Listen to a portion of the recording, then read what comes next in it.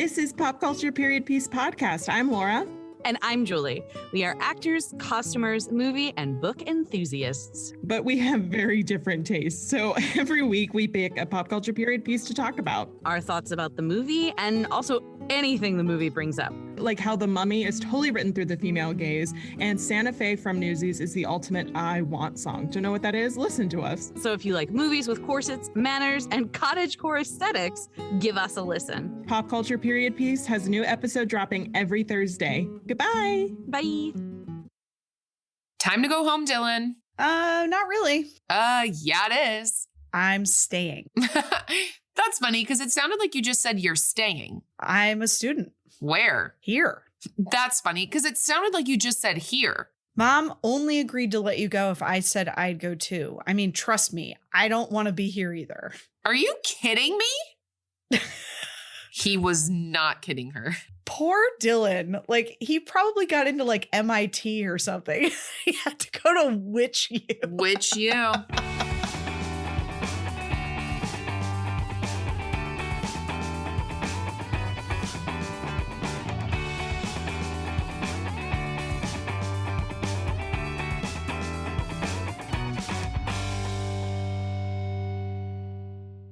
Hey, Val. Hey, Al. Welcome to D Commentaries. Thank you. Welcome to you and welcome to our listeners. Today, we're talking about Return to Halloweentown. Ooh. Except you know who didn't return? Fucking Marnie. Wow, Val has feelings. I do. And we'll get to those. Feelings and facts, I'm sure. Yes. But first, the facts. Okay. Return to Halloweentown came out October 20th, 2006. Spooky. It was directed by David Jackson, who we've met before. He directed Buffalo Dreams. You met him? No, like we've heard his name before. Oh. I got excited that you met this man. Sorry. No, I have not. If I had, I would have words. He also directed some television show episodes like Miami Vice, 21 Jump Street, Swamp Thing, Nash Bridges, The District, and One Tree Hill. Cool. Yeah. This was written by three people. It was written by Max Ensko, who also wrote Johnny Capahala Back on Board, which we're watching soon. Yes. Annie DeYoung, who also wrote Johnny Capahala Back on Board, which we're watching soon. Yes. As well as Princess Protection Program and Starstruck, which I believe are also DCOMs. Which we'll be watching soon. And then Juliet Giglio, she wrote... she did not write any other DCOMs, but she wrote a handful of like TV Christmas movies. That seems to be her normal wheelhouse. But she hasn't done a ton either. Okay, the cast is as follows. Sarah Paxton played Marnie Piper. Oh, I just got chills in like a way. Yeah. So if you can't tell or if you haven't picked it up yet, Kimberly J. Brown, who typically played Marnie in the first three movies, literally for no reason at all was recast with Sarah Paxton. Like, one of the facts was that she was fully available to do this movie and they just recast her for no reason. So I read that it was because Sarah Paxton had been cast in a couple of movies that she was like bigger. So in their eyes, if they recast Marnie, it would like pull in a bigger crowd because it was Sarah Paxton.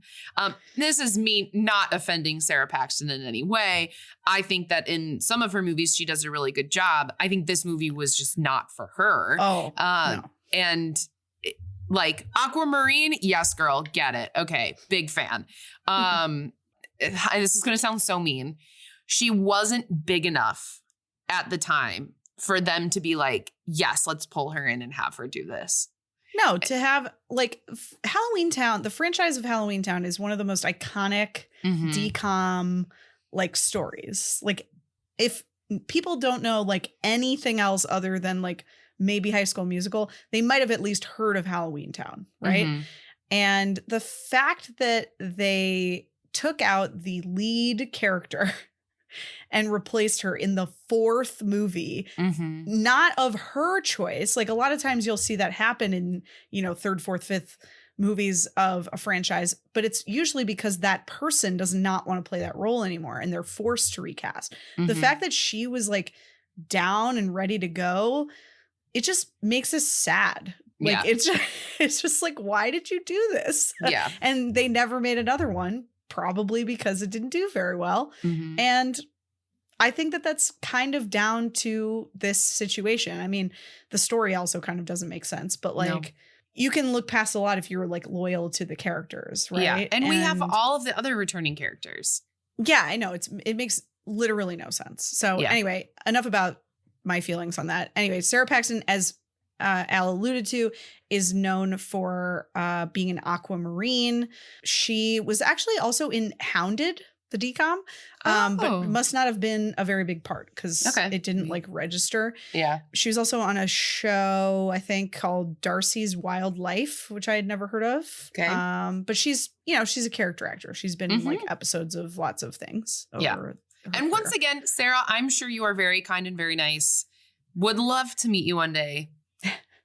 I think we're just in this house. We're just Team KJB. We are. We're Team KJB. We're loyal to KJB. This family is Team KJB. Yeah. She was done dirty. Yeah. She was done dirty. Yeah. Which also probably has nothing to do with Sarah Paxton and has everything to do with the director. It's not Sarah Paxton's fault. Mm-hmm. I still think she wasn't very good at this part, but we'll talk about that later. But that's not on her because she had to like imitate someone who had done it for 3 movies, Like, yeah. That's so... It was a disaster waiting to happen. It was just bad. Anyway, Lucas Grabeel reprised his role as Ethan Dalloway. He was in the last Halloweentown High. You probably know him best from the High School Musical franchise. And he's also done lots of music videos. He was in the movie Milk. He was on the show Switched at Birth. He's done a good bit of voice acting. And he was also on High School Musical, the series. He was. I watched it. All of it. It's done now. Good job. Bye. I know. Joey Zimmerman reprised his role as Dylan Piper. Mm-hmm. And he was in all 4 Halloweentowns. Yep. And basically nothing else. Okay. He doesn't act anymore, but this is his claim to fame. Hell yeah. You might notice that Emily Roski is absent from this cast. That was by her own choice. So a little bit of a different situation. Mm-hmm. Okay. Judith Hoag reprised her role as Gwen Piper. Mom. She, once again, was given nothing to do except be the same person stressed she's been about, in the last 3 movies. Stressed about Marnie and sort of against doing magic. She also was in all 4 Halloweentowns. She was April in a Teenage Mutant Ninja Turtles movie in the 90s. She was in Armageddon. She was on the show Big Love, the show Nashville, and the show The Magicians. Mm.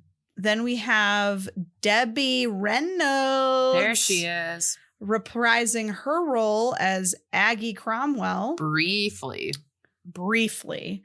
So this is an interesting fact. So originally, Debbie's schedule didn't work with filming. And so she wasn't supposed to be in the movie at all. And they had recast her with Millicent Martin. Millicent Martin ended up playing Professor Priscilla Persimmon Periwinkle. Yeah, they look so similar. And they kept making jokes about how they looked alike. That's why, because she was actually meant to play Aggie in this movie. And then at the last minute, Debbie was available enough to like make sort of a cameo appearance. Can you imagine they recast KJB and Debbie Reynolds? Oh. I know. Disaster. So thankfully, Debbie was able to be in it. And thankfully, they were able to find another role for Millicent Martin because she was great. Real quick, just as a refresher, Debbie Reynolds was the other person who has been in all 4 Halloweentowns. She's probably best known for her role in Singing in the Rain, when she was only like 19 or something. She was also in The Unsinkable Molly Brown as the titular Molly Brown. She had her own show called The Debbie Reynolds Show. She was the voice of the grandma on Rugrats, and she was also, I believe, Grace's mom on Will and Grace. Cool. And then Millicent Martin, who I just mentioned, who played Professor Priscilla Persimmon Periwinkle, has been a character actor since 1957. Whoa. Yes. So as you can probably imagine, she's been in a lot of stuff. She's done like 150 episodes of Days of Our Lives. She did a good amount on Frasier, and most recently, I think, on Grace and Frankie. Cool. Good for her. Yeah. So she's still working. Yeah. So good job, Millicent. Nice. Yeah. Then we've got Summer Bishil, who played Aneesa, the RA/friend. She's also on the show, or was on the show, The Magicians. That was the only thing that kind of she was on for any amount of time. Cool. Christy Wu played Scarlet Sinister, the lead Sinister sister. Mm-hmm. She was in Flight 29 Down. She's done some voice acting, but her resume ends in 2016. Okay. Katie and Kelly Cockrell played Sage and Sapphire Sinister. Cool. So The they were actually twins. sisters in real life. Mm-hmm. I think they're twins. Yeah. Sage was in High School Musical 3, Camp Rock 2, and more recently was on some episodes of Yellowstone. Cool. Kelly was in another DCOM called Minutemen. She was also in Camp Rock 2, and she also has done some episodes on Yellowstone. So Nice. presumably they're playing twins again on Yellowstone and probably in Camp Rock 2 as well. Yeah. Keone Young played Silas Sinister, their dad. Mm-hmm. You might remember him from Rip Girls. Yep. He's a character actor. He's been in tons of stuff. He was on Yeah, Alias, he was really Deadwood. recognizable. Yeah. He's done stuff on Alias, Deadwood, NCIS. He's also a voice actor. He's done some of the Star Wars cartoons, Avatar, like tons of work. This guy's working. Then we have Leslie Wing as Chancellor Goodwin. She's a character actor. She was in all 3 High School Musicals, but she has not been in anything since High School Musical 3. Oh. Mm-hmm. Then just a couple other ones. Scott Stevenson played Dr. Ichabod Grog. Mm-hmm. He was also in The Poof Point. Oh. Yeah, but not much else. And then Christopher Robin Miller played the character that has a name that's like a bunch of like burps and snorts. And everyone who hasn't seen the movie in a while, who is listening to this right now, Val's not lying. It's literally, his name is like, yeah, like it's just noises. It's a what do you call it? Is it onomatopoeia? What's it called? Mm-hmm. Sure. So it was a choice. It definitely was. He was also in Going to the Mat, Buffalo Dreams, Hatching Pete, something called Professor Layton, something called Mythica, and something called The Wing Feather Saga. The Wing Feather Saga. So we've seen him before, but he's in like full prosthetics in this, Yeah. so you can't tell what he looks like at all. The synopsis is as follows. Marnie Piper arrives at the Halloweentown University, already wrong, known to everyone as Witch U. It's called Witch U. Her best friend Aneesa is a student there too. She's never met Aneesa before she gets there.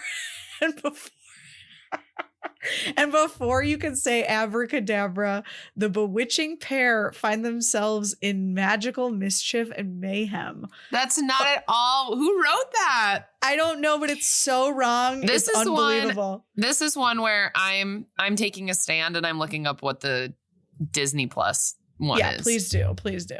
Okay, here we go. By now, everyone knows Marnie Piper is a witch. So it comes as no surprise when she wins a full scholarship to prestigious Witch University in Halloweentown. Marnie also learns about an ancient prophecy, and it turns out she holds the key to revealing the ultimate secret. I mean, that's way closer. That's a good synopsis. Yes, way closer. I'm sorry. like no shade to the actor who played Aneesa, but like that character has like nothing to do in this movie. Yeah, Like, very interesting. Like established that existed in the very beginning and then needed you at the end for 4 seconds. And she's like barely in the movie the rest of the time. Yeah. So the fact that she gets her own shout out in this is quite ridiculous. Totally. It's not her best friend. It's literally not her best friend. Anyway, whatever. That is the business done. Al, what's your first impression of this movie? Thanks, Val. I'm gonna give this one a 5. Okay. And I think that it's because it was overacted by everyone. We so heavily praise 1 because it's a world where everyone believes it. And I think as the movies continue, we lose that. And we still mildly had it in Halloweentown High, but not really because they weren't in Halloweentown. And I do have to say, I totally forgot Lucas Grabeel storyline because when they were like, sorry, what happened last time? I was like, I don't remember what happened last time. But yeah, I mean, it's fine. Sarah Paxton's not bad, but it's just not the same. Val thinks otherwise. Okay, I will say Sarah Paxton is not bad until she gets put into a blonde wig. And that's a spoiler. So I'm not giving more than that right now. But she is not bad until it gets to that point. I think she's not good, but she's not bad until that point. Okay. I don't think I'd ever seen this. It would have been 8th grade. Yeah, I'd never seen this. Maybe I saw it when it first came out, but I think a lot of us took the stand of not watching that because it's not KJB when it came out. Right. Yeah. Val, for sure. First impressions. Well, my first note is, okay, I already hate Sarah Paxton as Marnie. So here's my issue. And again, this is no disrespect to Sarah Paxton. I don't know what she's like acting in literally anything else. But the thing that I loved about Kimberly J. Brown in this part was even when she was overdoing it, it came from this very like earnest place. You're always rooting for her because like she cares so much. And I think that's because KJB cared so much. Right. And this version, Sarah's version of Marnie, came off to me as very like shallow in comparison. Like she's very like kind of mean because there's not that like underlying like kindness. Yeah. And so like the way she talks to her mom, the way she treats Dylan, like all of these things, like they feel worse because there's not that foundation of like care that just sort of innately came from KJB's interpretation of this character. So I personally did not love it. It felt to me like they just sort of been like, let's just cast someone hotter. And then like they just let her kind of like do whatever. Otherwise, I just think this story makes literally no sense. Yeah. 0 sense. Like they literally just were like, we need to make another Halloweentown movie, create something that will fill 90 minutes. Yeah. And that's what they did. They ripped stuff off from Harry Potter. They just created storylines. Bewitched. Bewitched. I Dream of Jeannie. I mean, literally anything that has ever had like a magical storyline to it, they took something from it. Yeah, it just felt very like shallow and meaningless. Yeah. And like, why are we watching this? And they gave we had most of the original cast. They gave them nothing of value to do. Even Dylan, who is much more prominent in this story than he maybe has ever been, they still kind of make him like pointless. Yeah. And then they try so hard to force this like romance between Marnie and Ethan when there was none of that in the last movie. Yeah. Like no inkling that they liked each other at all, which then leads to like some really clunky, flirtatious dialogue that is bad. So I wasn't sitting there going, I need to turn this off. I hate this so much. But I was just sort of like, why did this get made? Like, I think that's how I was too, and why I gave it a 5, because I'm like, it's not like the worst decom I've ever seen. No. But it didn't need to be made. No, it didn't. But need if to be it made. is something where someone's like, I love this movie and I want to have it on in the background, I'd be like, you go, girl. If someone was like, I want to have Can of Worms on in the background, I'd be like, I'm leaving your house. You know? So it's like not great, but it's like backgroundable. Sure. Fair enough. In my house, not in Val's house. Do not play this movie in her house. In this house, we only acknowledge in this house? Yeah. Ow. Yeah. Did you have any favorite quotes or moments? I did. As a whole, this movie had really bad audio. Yeah, it did. It kept going in and out.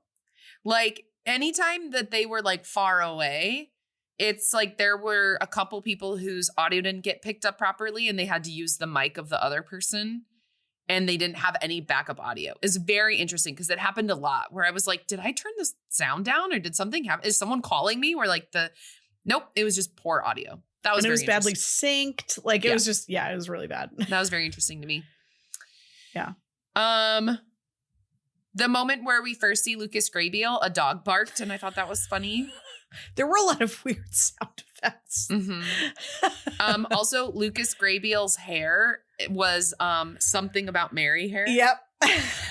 If you don't know what that is, just Google it. But it was literally like that the entire time. I saw that too. This is explained later by our cold open, but I found it interesting that Marnie was going to school, but when Mom was saying goodbye, she hugged Dylan longer. It was very interesting to me. And I was like, why'd you hug him longer? My favorite moment of the movie is they go to an ice cream shop and they're all wearing Heelys. That was my favorite part. And then here are my favorite quotes. And I flipped those today, Val, because I usually go quotes then moments. So today I went moments and quotes. Wow. Shaking it up. With all that power comes responsibility, Marnie. You stole that from Spider-Man. That was funny. I wrote that one too. Mm-hmm. Hi, I'm Dylan. Hi, I'm not your type. Silly. You've spotted the elusive guy doing his own laundry. Cool. They call out Star Wars and they say, having a very strange Star Wars moment. And Val, can you explain what that means to me? No, I didn't understand what that meant either. Val doesn't understand a Star Wars. All right, cool. Everyone who's a Star Wars fan, can you go watch this movie and let us know what that part's about? And then my last favorite quote is, you are not stupid. You are 18. It's just wise. You're not stupid. You're just 30. As she says to the reflection in the mirror. Val, tell me your favorite quotes and moments. Okay. Well, I wrote the Spider-Man one. Okay.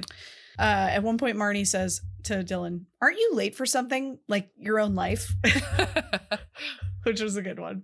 Good sibling jab. Wow, somebody needs more fiber in their diet. Which is true for everybody. Mm-hmm. Please tell me you're not crushed on that. Into a fine powder. So silly. So stupid. This line made me write ew in all caps. I have no idea what you just said, but you looked cute doing it.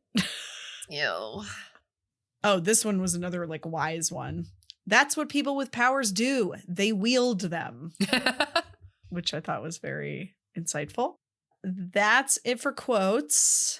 I don't know if I had a favorite moment, but sort of piggybacking on what you were talking about with sound, they used a lot of randomly placed sound effects. Mm-hmm. So like there was one that kind of annoyed me when Marnie confronts the Sinister Sisters. I think it's at the ice cream shop. And they literally play like that, like cat, like a cat fight. And I was like, are you kidding? Like, seriously? It's 2006. We've moved on. Yeah. No, we don't do that. And then there was like another. So when I don't know if this is spoiling anything. There's a point where we go back in time. Spoiling. And there's a bunch of oppressed people. They're spoiling. And there's just whip noises like happening Very There's only two kinds of people in the world. Ones that can handle me and the ones that I don't know the rest of the lyrics. It was very unsettling given the context of the moment. And then there is literally a bad guy whose like name, like sigil is like a snake with an S, which is just literally lifted from Harry Potter. And I was just like, you guys couldn't have like, I don't know, done any other thing? Like Richard? He could have just done Dick Snakes. Yeah, just right. Who's the bad guy in the movie? I don't know, the guy named Dick Snakes.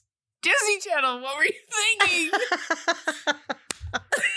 Oh my goodness. Yeah. So that Val, is if you cut that, I'm gonna be mad at you. Dick Snakes. Dick Snakes. Note to Hi, self, the name's keeping Dick Dick Snakes. Snakes. Can you imagine him being on Price is Right? Come on down, Dick Snakes. Dick Snakes. Da-da-da-da. Oh dear. Okay, that's it for me. That's how we're making this movie more fun. I feel ready to go to Spoiler City. What are your thoughts? Spo C. Well, our Dick Snakes are out. No. Yay. Our tops are off. And we're at Witch U. Our cloaks are off. Our cloaks have vanished.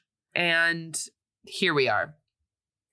Lights up on the reading of a prophecy. A Cromwell of great power will embrace the gift on the rise of the Halloween moon. She's the one we've been waiting for. And then we cut to Sarah Paxton cleaning out her room.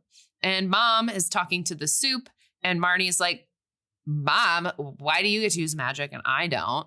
And she's like, you're too young. And then Grandma Aggie is in the soup.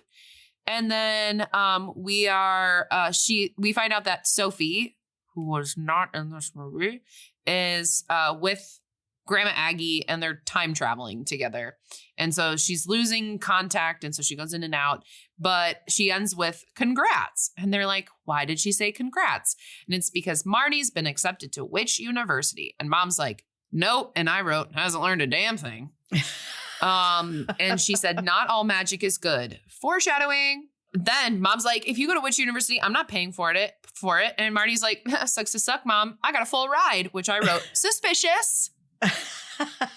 Okay. Next scene, she's going to school. We wasted no time. She said it's January and I got in and it's immediately August. We're going to school. Actually, October, because it happens to be Halloween. So then Mom gives her like a soup watch. It's like a watch, and how in the beginning when I said they were talking through the soup. And so then on the watch, it's like a liquid. So I just call it the soup watch the whole time. So we're just going to have to deal. It's like a bracelet, but it's like a soup bracelet.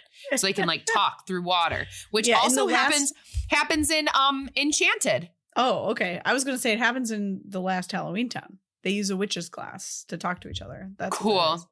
Yeah, I definitely remember the last one. There's actually like a huge part of the plot that like hinges on a witch's glass in the last one. I watched it. Okay, then they get to Halloweentown, and Dylan's there. Okay. And Benny, but takes them to school and they're like, hey, Benny. And he's telling his bone jokes. And then there's 1,000 years of magic signs around. And there's this big celebration throughout Halloweentown that this is the year of 1,000 years of magic in Halloweentown. Yeehaw.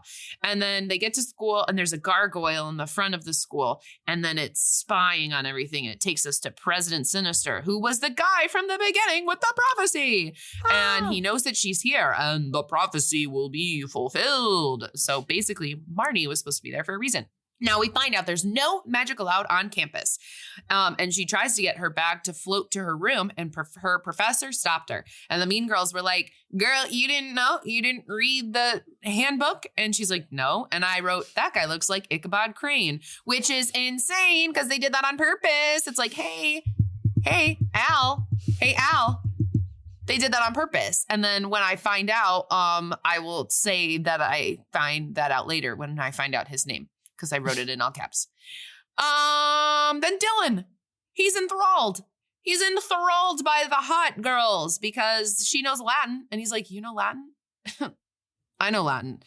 And then we find out that mom only allowed Marnie to go if Dylan stayed, which begs the question, how is he there? Gets answered. I'll answer it later when we find out why he's there, but is curious because he's her younger brother.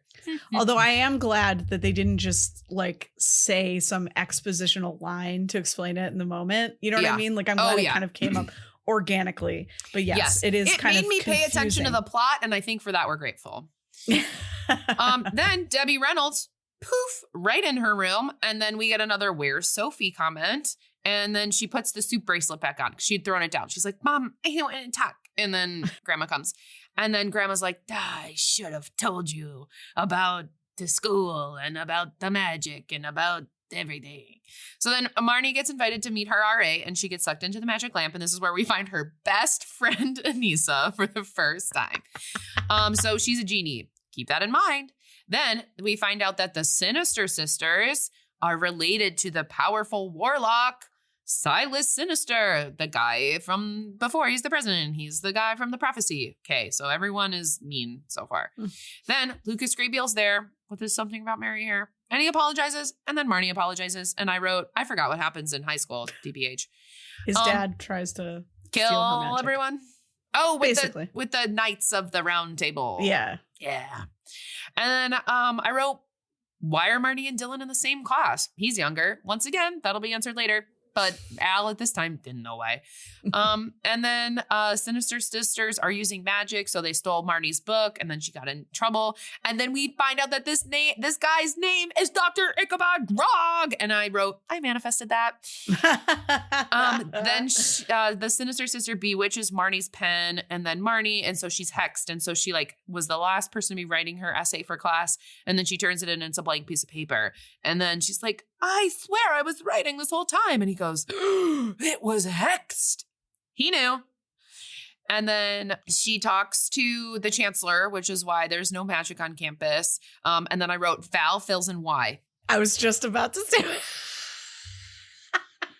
I know. I saw you put your finger up, which was going to cut me off. And I already knew I wouldn't say it right. And I needed you to say it. We've been doing this so. We've been doing this for too long that I know. Oh my God, that's so Val, funny. fill us in. Why is there no magic on campus? Okay, so this is the first year that they have allowed other types of students other than just witches and warlocks. So, you know, the goblins and the genies and the other people who either don't have any magic or don't manifest magic in the same way that witches and warlocks do are allowed to enroll. And they have provided some kind of reason. I can't remember if it's like they had low enrollment or something like that, but that's just a cover, because what they're actually doing is just trying to fill the school with a bunch of non-witches and warlocks for purposes for which we will learn soon. And then they go into the school, the special class, and they're selected to research this archaeological site. And it's this black hole where the Cromwell black hole is. And it's spooky. And they're like, you have to find the stuff. And then Marnie, they're like, okay, let us know if you find anything. So they're like looking for something there. And then they have these people there, looking for something. And so then the Sinister Sister's like, look, I found a skull. Okay, Shakespeare. Shakespeare gets mentioned quite a bit in this movie. And then Marnie, does not do anything. She's just standing there in this box straight up from the black hole into her hands. And they're like, no magic. And she's like, I didn't magic. And then we find out that the chancellor is on the side of the president. And the girls are on the side of the president. And then the box that Marnie got from the black hole is the answer to them taking over Halloweentown. And then Ichabod is in on it too. And they can't use magic in school, but they need to force Marnie to use magic to open the box. So we know Marnie is a relative rule follower. And so they're like, we got to get her to use magic. And like, you know how hard that's going to be because you're a rule follower. And then she like talks to another Professor Witch, and she looks like Aggie. Hey, that's where we get our Debbie Renner's look-alike. And we find out that this box has an S on it for S. Cromwell.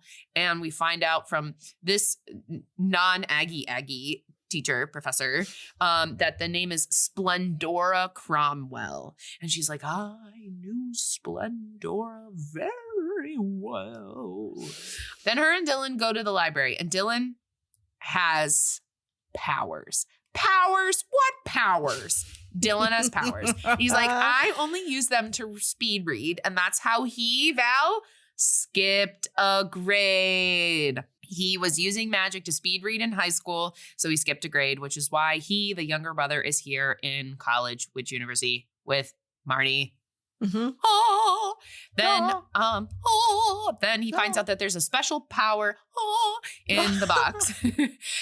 But when he was reading, he was like, I don't know if there was like all of the information. There was some like pages missing.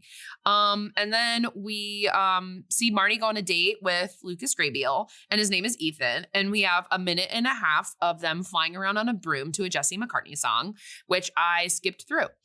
Then the Sinister Sisters have Dylan in their wrath because Dylan has a crush on the one. And they're like, if we could get to Dylan, we could get to Marnie because she will always protect Dylan. And so she goes on her broom to go home, and it's bewitched. Oh, no. So they walk home hand in hand, cheek in cheek. And then Ichabod and the Chancellor convince her that she needs to save Halloweentown. This is a lie. They're like, if you got to save Halloweentown, you got to get into that box because you're gonna save it. Lie. Lucas Grabeel watching the whole thing. Okay, he's in there. He's watching. And then Lucas tells her the truth about the Dominion, and the Dominion wants to take over the non-witches and warlocks and make them the slaves of Halloweentown. And I don't like that they were using the word slaves the whole time, but they were. I know. It was a little weird. So I don't really want to say that. But that's what they kept saying. So then she doesn't believe him. She's like, you know what, Lucas Grabeel, you can take your Johnny Tsunami wave hair and go away. This part pissed me off. Because he, first of all, in the last movie, first of all, she knows him better, other than Dylan, better than any other person that she has met. Mm-hmm. And yet, for some reason, she believes all these random adults who are paying way too much attention to her more than she believes someone she's actually known for more than 5 minutes. Yeah. And not only does she know him longer, but in the last movie, he literally betrayed his own father to do the right thing and to protect her. So the fact that she just like doesn't believe him, again, makes no sense in like the grand scheme. Like I was just like, what? Why? Val was like, what? Why? So then she goes to the Grandma Aggie looking professor, and the Grandma Aggie looking professor helps her travel back in time. This was the spoiler Val was talking about. And she meets Splendora and a younger version of the professor she was just talking to. Mm-hmm. And then we find out that Splendora is Sarah Paxton in a blonde wig. I wrote down, I have worn better wigs in sketch shows. It was so bad. They literally could have just used her real hair. I know. It was so stupid. It made no sense. So then she tries to talk to her, but she gets sent to the dungeon. And she's like, whoa. Then she gets out and is like, whoa, Splendora's room is my dorm, which means she's been staying in the Crom. Okay, so Witch U is literally in the Cromwell Castle. The fact that she even like had to apply and like her family doesn't have any sort of connection is just wild. So then she opens the box because it's sitting there. Nothing's inside. Then Splendora's there. She's wearing it. It's an amulet. It keeps lighting up and it controls hearts and minds. And then Splendora makes Marnie dance, silence, shake, adore me. And I hated that part. Mm-hmm. Then she says only the power of 3 Cromwells can destroy the amulet. Then from outside, they're like, come on, Splendora, we need you because you're about to take over the world with your amulet. And they go, Splendora Agatha Cromwell. Splendora is Grandma Aggie. Oh. She prefers Aggie. She hates going by Splendora. hate Splendor. And you know what? I do too, because it's a bad name. It's a terrible name.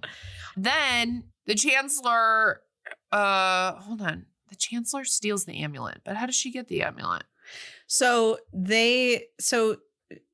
through her experience in the past, she figures out where the key is, I think, or like how to open the box or something.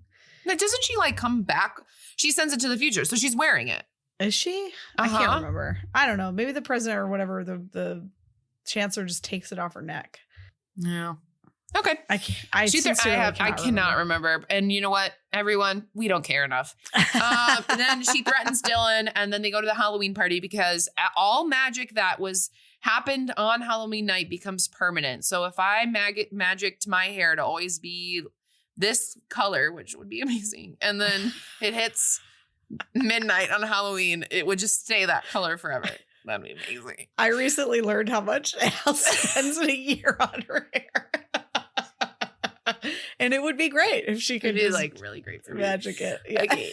So then she goes to a Halloween party, and the girls are torturing Dylan, and they turn him into a dog.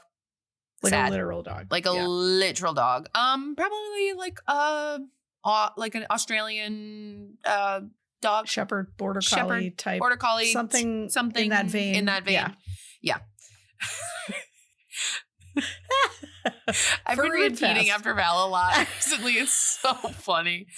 Then Mom shows up. She's here. She tries to find Dylan, but then she gets sucked into a computer.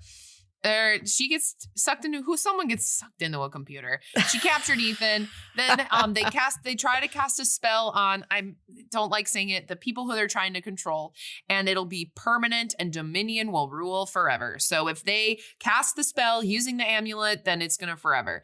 And she says yes, but only if she can have her royal dresser up, which is Aneesa. So this is the only other time that the Aneesa with the lamp is coming back. And if you can turn Dylan back. So I want to look like a queen while I'm taking over Halloweentown, and I want my royal dresser to be there.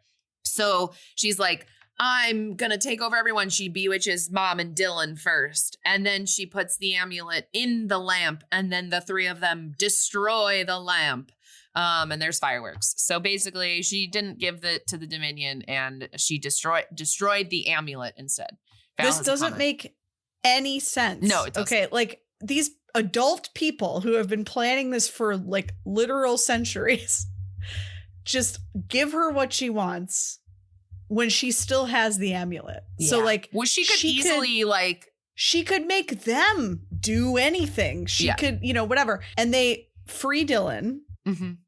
And so they have literally no leverage at all. Mm-hmm. And then she is just free to do whatever she wants. Yeah. Like she could have literally done whatever she wanted in that moment. Mm-hmm. Thankfully, she made a good choice. Yeah. But like there was no stakes. Like it made literally no sense. Yep. But then what is going on? Aggie lookalike Agent Periwinkle was anti-Dominion, and she arrests the other teachers for treason.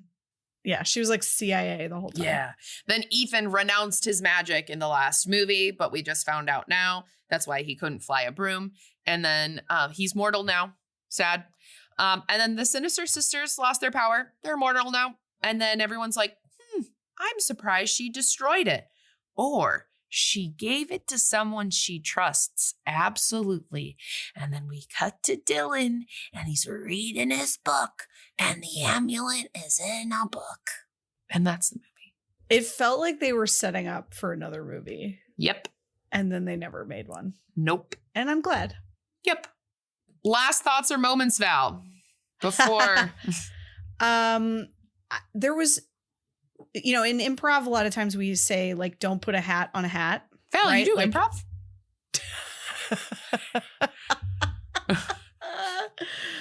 And that was improv. And I didn't give her anything back. And what that means is like, if you've already got something going on, you don't need to like add another thing. You can just be in the thing that you're already in, right? Mm-hmm. And that movie, especially the ending of that movie, felt like 8 hats were added right at the end. Like, who cares if Ethan has magic? Who cares if she did or didn't destroy the amulet. Who cares if Aneesa is her roommate now? Like literally none of this matters. Like literally none of it matters at all. Has nothing to do with anything and is just dumb. Yeah. So yeah, that was how I felt. Yep. Well, you know what that sound is? Dick snakes. Welcome to bingo. Val, why don't you start? Okay.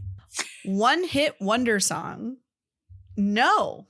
Because Jesse McCartney's not a one hit wonder. Correct. And there's literally. Or is he with song. Beautiful Soul? Yeah, but that doesn't count. It has to be the song. song in the movie. Yeah. Okay. And also he had like other big hits like G5. Leaving, never to come back again. Find somebody and tell them you got a new man. Val doesn't know that song. G5. Oh, you do know that song. I literally just said that. He had other hits like G5 and then you started singing it. It's called G5? I don't know if it's called G5, but it's like that's the main point of the song. He's singing about his G5 jet. Oh. I didn't know what a G5 was. Yeah. That's why it says G5.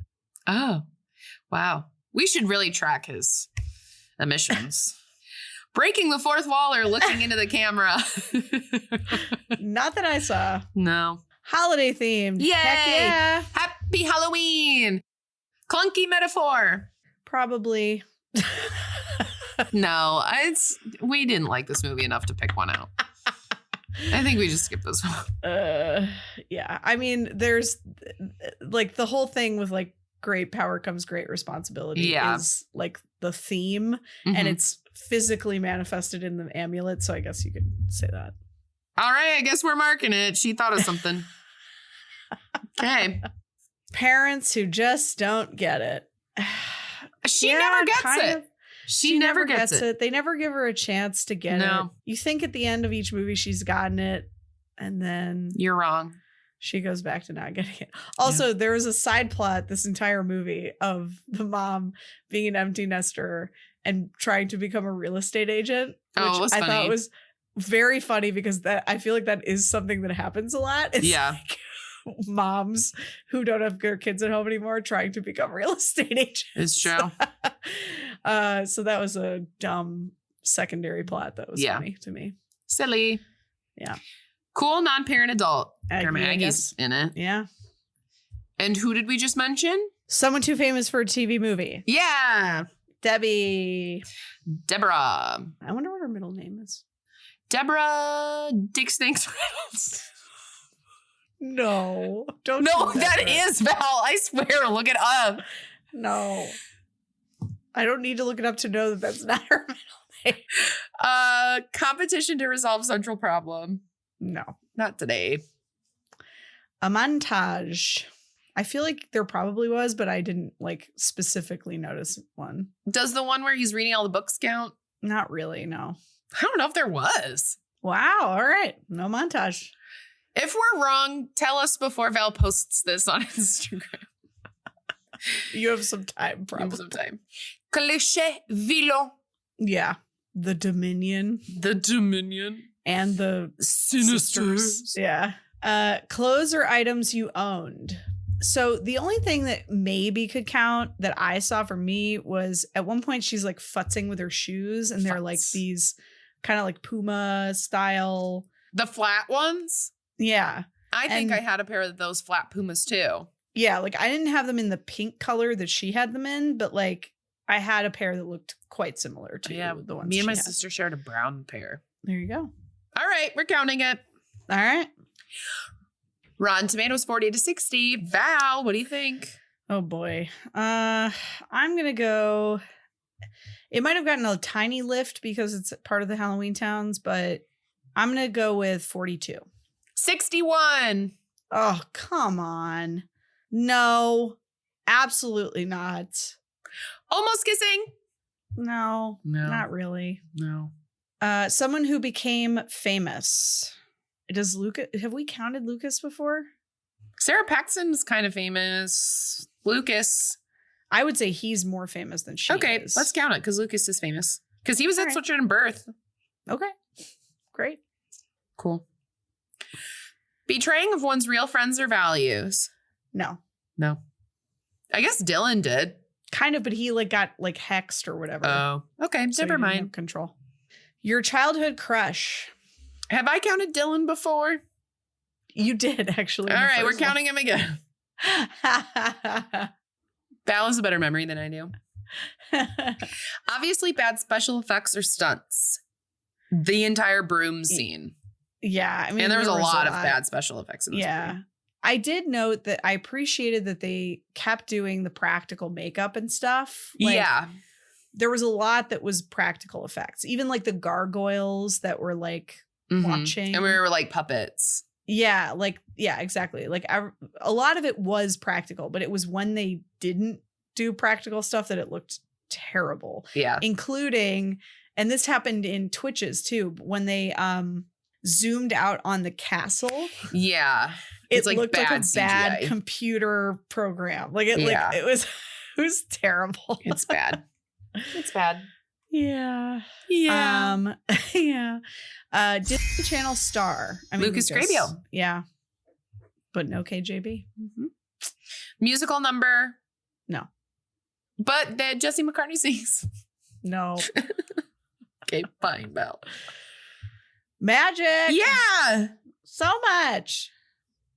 Someone says the title of the movie. No. Not that exact string of words. Yeah. We must return to Halloweentown. Scuba Dude. Yep. We're not going into detail.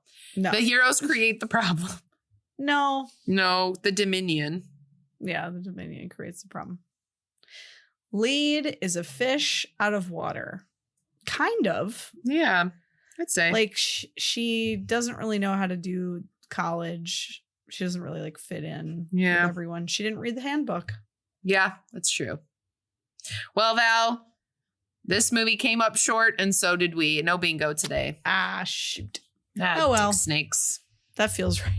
Oh, dick snakes. Yeah, dick snakes. Oh, do you hear that? It's time for a game.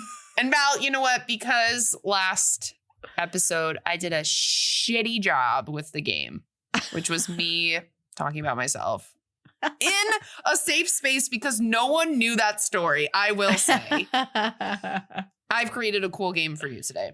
Wow. Okay. I'm excited. And this game, as you mentioned, they, at the end of the movie, set us up for Halloweentown 5 and never gave us one. So this game is called Almost Made Sequels. Ooh. Okay. So I'm going to give you a title of a sequel that was almost made. And you have to tell me, yes, it was almost made, or no, Al, you made that up. Got it. Okay. Cool. Yep. And because I did such a shitty job last week, I have information on these sequels that were almost made. So for the ones that the answer is yes, I have information on it. Okay. All right. There are 9 questions, Val. Okay. Or 9 movie titles. Yeah. Okay. Ready? Number 1. E.T. 2, Nocturnal Fears. It's hard because that seems like something that they would have tried to do, but Nocturnal Fears sounds stupid. I'm going to say no. You're incorrect. Ugh. That is a movie that was almost made. Darker, carnivorous aliens targeting Elliot. It was scrapped because Spielberg said that sequels are a carny trick. See? Stupid. Okay, Val did not get the first one right. Number 2. You've Got Mail Again. No. That's true. That was me. Okay, got that one right. Number 3. Napoleon Dynamite 2. Yes. That's correct.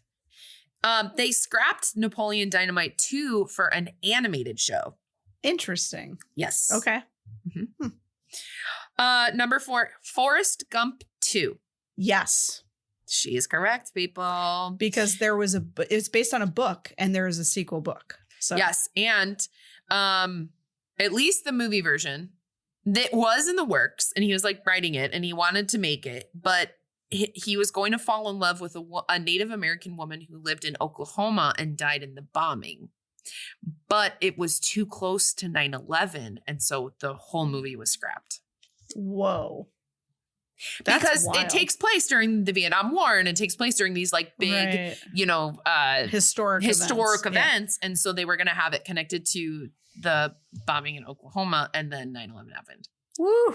Mm-hmm. That is heavy. Yeah. Wow. Yeah. Okay. All right. National Treasure 3. Isn't there already a National Treasure 3? No. Probably. I mean, they make a million of all of these movies. Wrong! Sure, yes. I made it up. Okay. It's never been in the works. Nicolas Cage shut it down. Oh, wow. Okay. All right. Next one, Tangled 2. Yes. Nope, I made that one up. Really? Yep, because they have a TV show. Oh, okay. But I don't know if they have it. Like Napoleon Dynamite, we know it was scrapped because of the TV show. This one never had a. Right. Yeah, come.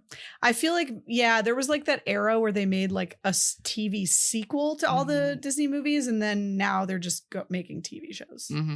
Yep. Breakfast Club 2. No. Wrong. Really? Yes, John Hughes wanted to do it. And he wanted it to be them 10 years later. But John Hughes and Judd Nelson did not have a good relationship. And so it was scrapped.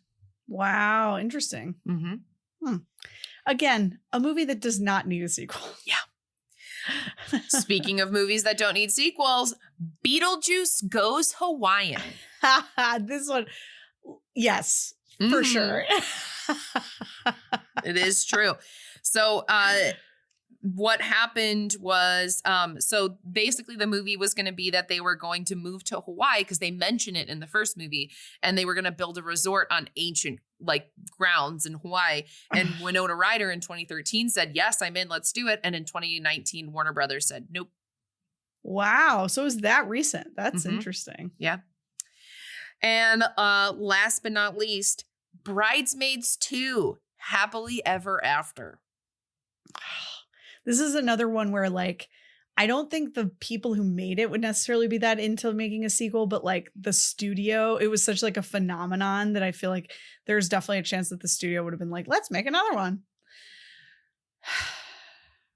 I'm going to say no. Yeah, you're correct.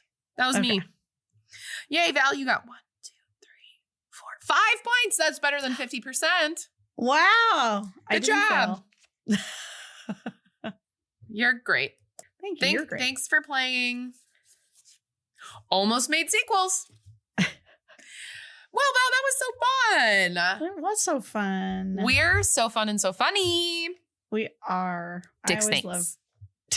I always love getting to say dick snakes. I always love dick snakes. Oh, this is going to be explicit. Al, do you know what we're watching next? We're watching Jump In. That's right. Yeah, I knew because I'm excited for it because I have good memories about this movie. I don't think I've ever seen it, but I am also excited. It's Keke Palmer. It's Corbin Bleu. I mean, it just doesn't get any better. It's bound to be good. I'm excited. Bound to be good. Well, we haven't said this in a while. Give us a follow. Give us a 5-star review. Tell a friend. And we still have a live show that if you're in Chicago, you can come see us on Fridays at 7 at IO Theater. Not us specifically. You won't see us, mostly because I'm always at a wedding. But, well, one of us is usually in the audience, but we direct a show that other people perform in, and it's very fun, and it's about DCOMs. So. And we did that because we knew our talent was too great. That we had to give opportunities definitely why to others. I didn't do Our talent is too big for the stage. Definitely. What is something you're thankful for today? I'm thankful for you. I'm thankful for you. Bye, Val. Bye, Al. This podcast was produced by me. And me. And it was edited by me. The music was composed by Michael McNally. You can find us online at thetridentnetwork.com/dcommentaries-pod. And you can find us on Instagram and TikTok at dcommentaries. Dcommentaries is a part of the Trident Network. To learn more about our videos, live shows, and other podcasts, please visit thetridentnetwork.com. Disney Channel original movies. Damn it, Allie.